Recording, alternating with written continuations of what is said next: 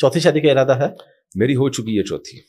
अच्छा, जी जी 4 हो गई हैं जी, माशाल्लाह। दादा थे मदरसे में पढ़ाया करते थे, तो बड़े बड़े उलमा वहाँ के इंडिया में उनसे हाफिज है। मुझे तो उलमा की तरफ से बहुत सख्त तंबीहात हुई हैं कि भाई आप अपना स्टाइल चेंज करो। मुझे पहली मस्जिद से एक बेस में निकाला गया। एक फिल्म आई थी, सिनेमा घर में गए थे हम अपने रिलेटिव के साथ, और इतनी बोर थी, पाकिस्तानी फिल्म थी कि आधे से ही वापस आ गए थे उठ के। लेकिन उसमें इतना एहसास होता है कि यार उस दौर के गानों के अल्फाज थे, उनकी शायरी थी। हलाल में अल्लाह ने इतनी बरकत रखी है, आप निकाह करें, ज्यादा शादियां करें, तो फिर नहीं इतने जज्बात नहीं रहते इंसान। अच्छा, शादी के लिए ऑफर्स भी तो आते रही होंगे, डायरेक्टली भी कभी ऑफर्स? तो ऑफिसर ने मेरा ये ख्याल किया, उसने कहा मैं बिल्कुल पीछे छप्पड़ में बाइक खड़ी कर रहा हूँ, वरना सुबह कोई गारंटी नहीं है। जब मैं मशहूर हुआ हूँ जी जी, तो फिर तो रिश्ते पीछे पीछे हम आगे आ गए। फिर जो हमें रिपोर्ट्स मिली थी कि आपका नाम भी उसमें होता है, इवन मौलाना तारिबिल साहब का नाम भी था। इसलिए इस जमाने में आपको थोड़ा सा ब्रॉड माइंडेड बनना पड़ेगा। तो जब आप बनाते ही हैं चाय तो फिर घर वाले भी कह देते हैं भाई जरा पानी डाल देना हमारे लिए। तो विजिट को आपने